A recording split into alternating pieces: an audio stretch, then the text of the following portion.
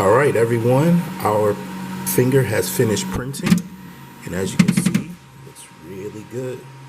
So as you hear our printer shut down, you can see the back here looks really good.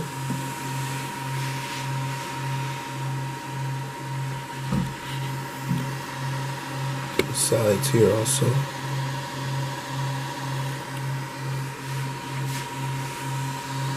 The holes in the back for the, which is where the hinges are gonna go, those came out perfectly. So we got a nice long finger here, guys. So we're gonna go ahead, stop the video, and we're gonna start on another part here momentarily once I determine which one will be best to start today. I'm thinking I'm gonna do one of the bigger pieces to get those knocked out.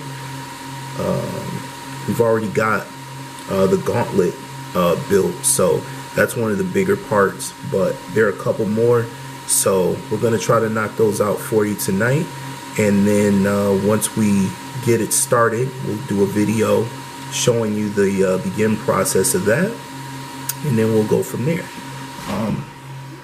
Real quick, I'm going to show you some of the statistics of the print.